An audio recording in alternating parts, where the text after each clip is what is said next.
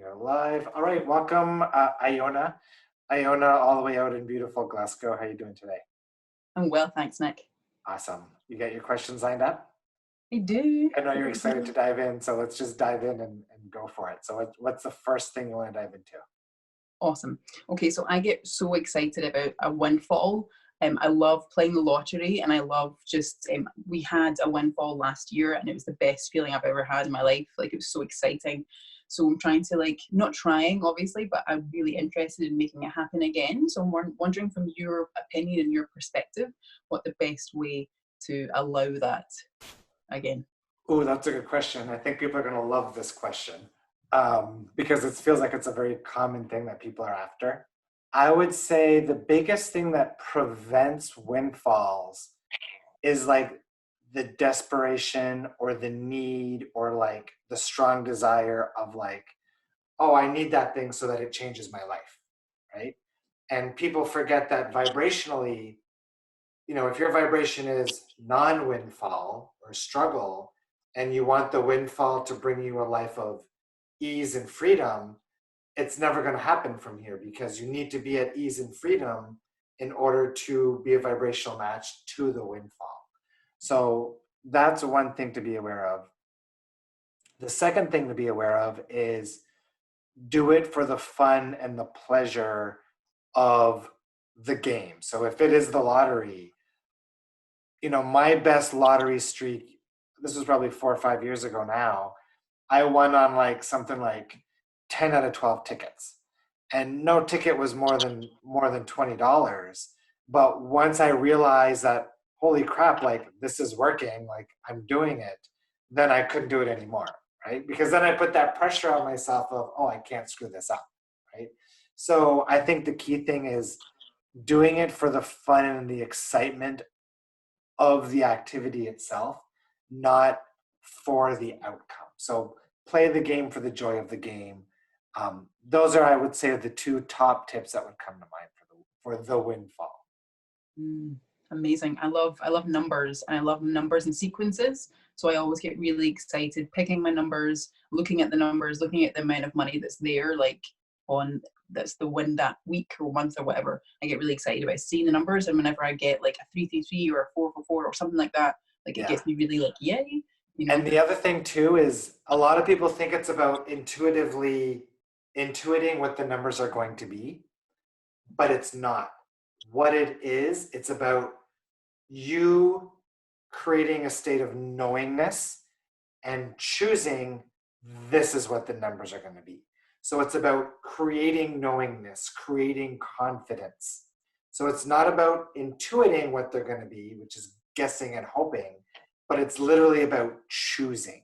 So the next time you get this impulse to play, wait for the impulse, right? And that impulse will come when you feel really good and you don't care about winning. Wait for the impulse, feel out those numbers, but at the same time, practice the knowingness, the choosingness. And like one way that I've told clients to practice the state of knowingness is if I told you, what color is this pen, right? Mm-hmm. And so for you, what color would you say this pen is? I think it's black. Oh, you mean like the ink or the actual pen itself?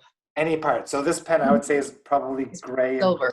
Yes, like silver. Okay. Yeah. So when you look at this pen, how certain are you that now that you know that it's silver, how certain are you that this pen is silver? Pretty certain, like 90%. So like 10 out of 10, it's absolutely silver, right? Yeah. So can you feel the feeling of knowingness that I know this pen is silver? Yeah. Okay. And what you can do is you can bookmark that feeling and then transpose it over to the lottery win. So I know this pen is silver. Tomorrow, I know I'm going to win. But hold on to the knowingness feeling and bookmark it and try to transpose it over. That's something else you can practice with too. Amazing. That's awesome. What I usually go on to, I look at the numbers. So you get to pick Euro Millions here. You get to look at the grid of 50 numbers, and you pick what numbers you want, or you do lucky dip, or you pick your own special numbers. And I like to just go and look at the numbers and feel whichever number feels good about at that moment. Would you say that's what I would try for fun, because you're doing this for fun, right? Yeah, yeah. So for fun, what I would do is if you know there's 99 numbers on each section, just decide tomorrow, numbers 11, you pick the 6 numbers or the 7 numbers. Don't try to intuit, just pick it and practice expecting it Awesome. and Yeah, see that's how that amazing. works. That's like fun. And I expect at least a 25% fee on. Well, you know what? That's fine. If I do like 5 lottery wins at 100 million, then you're welcome. Kidding, You have kidding, it. kidding. Take it. Okay, next question, next question. Awesome, awesome. Okay. So I'm no longer on social media. I came off a couple of weeks ago because I just felt it wasn't right. I was feeling yucky because of it. And I feel so much better now. I feel happier. And although my partner goes on social media every day and has started to, in the mornings, first thing he'll do is go on social media and he will get upset and get angry at what he sees, and then he will like explain it to me. How do I best manage this, I guess, without upsetting him or making him feel like I'm being rude or whatever? Oh, that's an interesting question because there's different ways you could look at that. So, do you want to hear about all that social media stuff? Not particularly. Okay.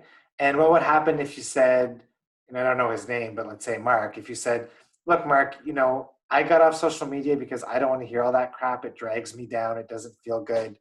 Um, there's a reason I got off it, and it's not for me. You can listen to it. That's fine. But, would you mind keeping all of that garbage to yourself because I don't want to hear it?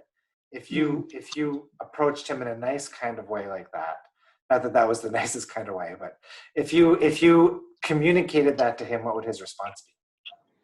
So his name's Tyler, and I've already retried that. So I tried to be like, I kind of came off social media, and I don't really like the energy behind all this stuff. Like, it's not really beneficial for me right now. Like, Yeah. And he's American, and he feels so passionate about what's happening in the States right now, even though he can't be there. So Yeah. I'm trying to be supportive, but from a, supportive, but still maintain where I am, if that makes sense, Yeah. vibrationally. I mean, I think for you, it's just about saying, I don't want to hear it. Okay. Right? I love you. I support you. I've got all good intentions, but this stuff drags me down and I don't want to be dragged down. And there's Yeah. nothing wrong with you communicating that, right? If he loves you unconditionally, then he'll respect that and say, okay, that's cool. I'll go, message my buddies online and complain about it with them. Yeah. So I would Awesome. say it's a boundaries thing. And if it feels hard to express that, then what you want to do is you want to just say, do a bit of digging work around. It feels unsafe to speak up and things of that nature. Okay, cool. Awesome. Feels unsafe to speak up. Cool. Perfect. Awesome. Nice one. Good question so far. Thanks. So I have knee, hip, and neck pain. Would you be able to point me in the direction of what that means metaphysically? Okay, so knee, hip, and neck, all joint? I mean, kind of, but also separate. Like, so knee and hip are from running, I think. I'm running too hard, and then neck is just, I've had it since I was a teenager because I'm like 6 foot tall, and I just guessed, height, long neck. Okay, so knee, I'll look them up in my book really quick. Never any type of diagnosis, nothing, no fibromyalgia, anything like that. No. So knee is typically, I think, around direction. Cool. So with knee, let's see here. Knee, it says, you have found yourself in an uncomfortable situation. You don't have an actionable plan to move forward on a project or in your personal life. Your perception of the future is mixed up with your own inner fear and dread of being ridiculed, judged, or rejected. You fear being judged by family members if you follow your dreams. You may feel disempowered by life due to a past failure. And what's interesting about that, so does that sound pretty accurate for you? Absolutely. And you see how the fear of being judged by a family member relates to you not wanting to speak up to your boyfriend. Totally. Right? Yeah, absolutely. So, and for anybody wondering, this is Metaphysical Anatomy by Everett Rose, which I've been using for years and years. The best book on medical conditions and to emotional root causes that I've found. So you said hip? Mm-hmm. Yeah. Hip typically relates to support, which would relate to what we just talked about too, right? Yeah. I'm off the page now, but if I go to hip,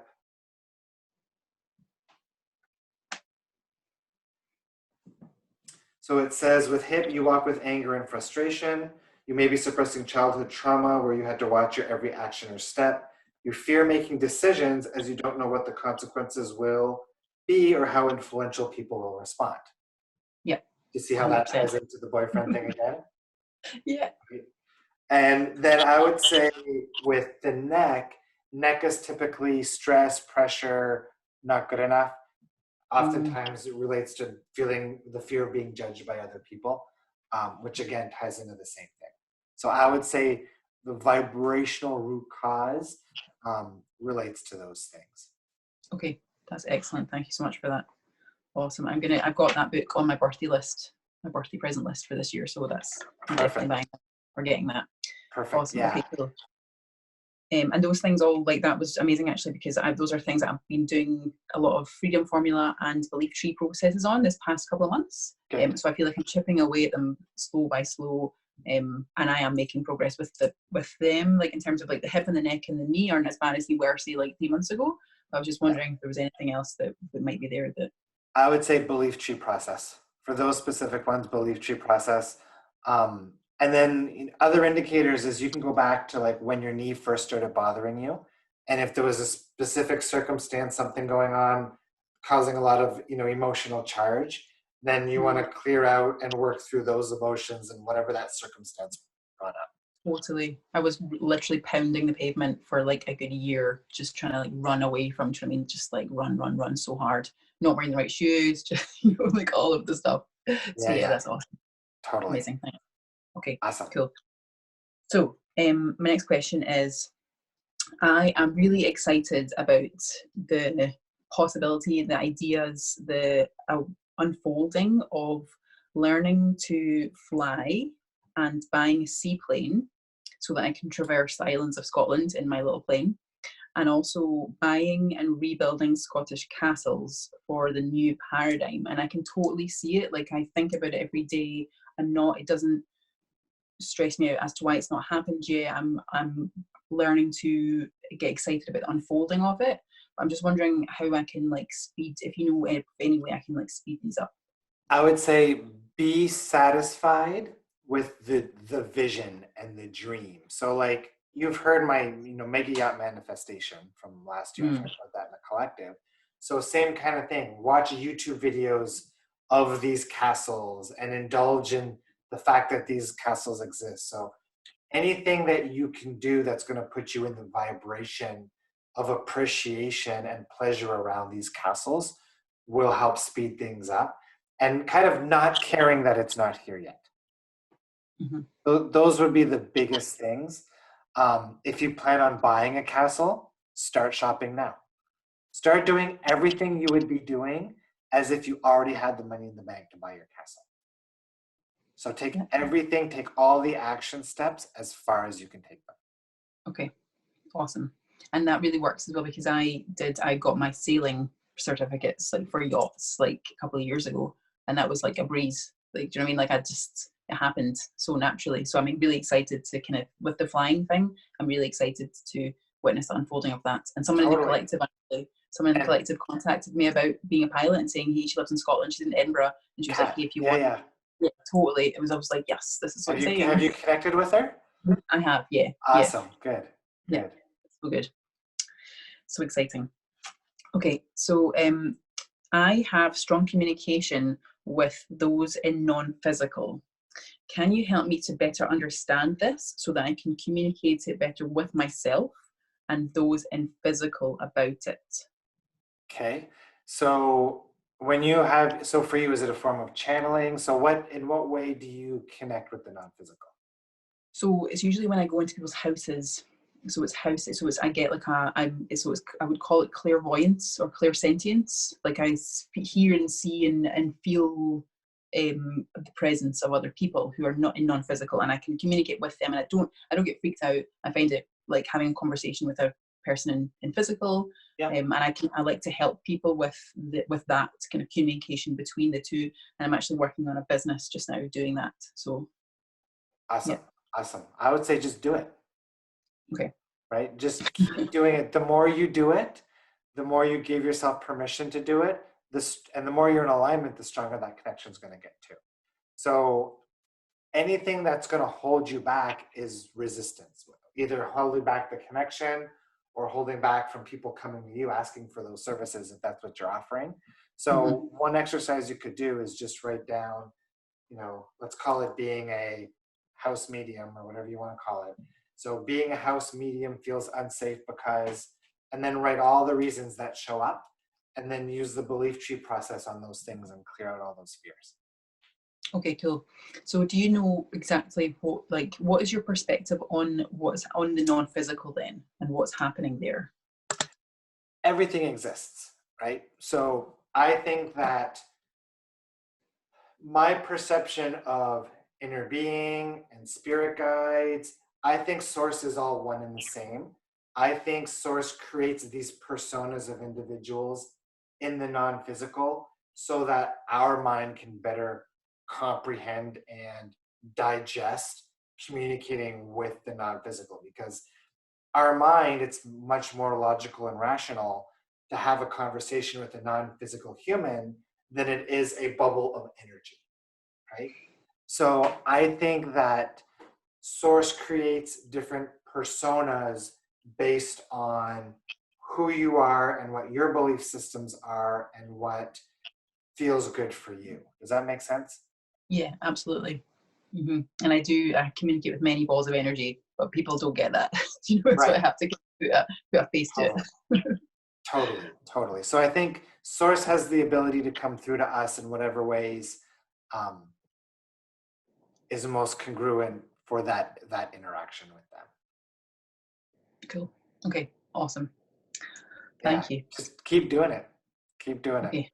I am. It's really fun. Like, I'm really enjoying it. And I have so many people who are like, why are you doing that? Like, that's weird. Or like, you're scaring me, or you're freaking me out, or demons, blah, blah, blah. And I'm like, well, I'm not a vibrational match to that. So why would that matter? And you giving yourself permission to do that is going to keep opening up people to it. So there's people who are going to be like freaked out and turn away, but there's people who are also going to learn from it. And so you being in your alignment and being your authentic you and providing those services that excite you are going to help so many more people, not just the ones that are going to hire you for your services, but also the other people who find out about you and what you do and how real it might really be.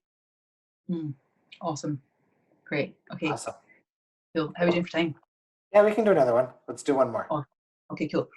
So can you, I know that in the collective we do a lot of work on this, but I want to kind of like hear it again, I guess, like in a different way. But can you help me shift out of the old paradigm of working hard and efforting and into the thrill of magic, synchronicity, and the unfolding? So basically old paradigm versus new paradigm, right? Yes. Yeah. So do you think that new paradigm that you just described, that new paradigm way of being, is available to me? Yes. Do you think I experience that all the time? Yes. Do you think some people do? Yes.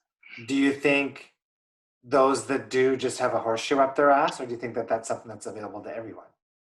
I think it's available to everyone. I believe it's available. Absolutely. Absolutely. So if it's available to everyone, then it's obviously available to you.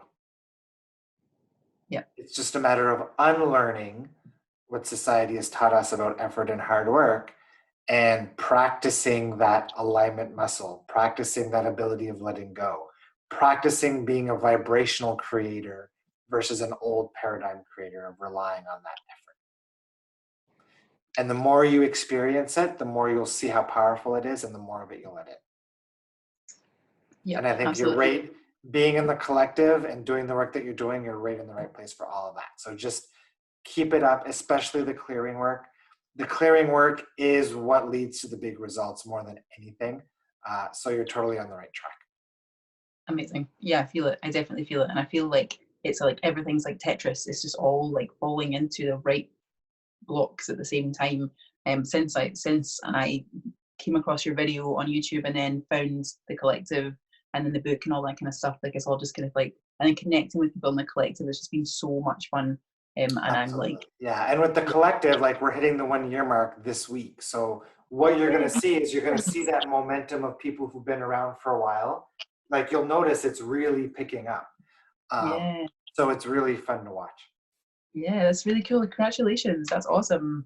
Yeah, I'm we're happy to still just hear. getting started. I got this facilitator training coming out this month, and that's going to just level everything up to a whole new place. So So exciting. yeah, Yeah, it's awesome. amazing. Cool. Woo. Awesome. Well, great set of questions, Iona. Thanks for playing with me. You're welcome. All right. Bye for now. Yeah. See you soon.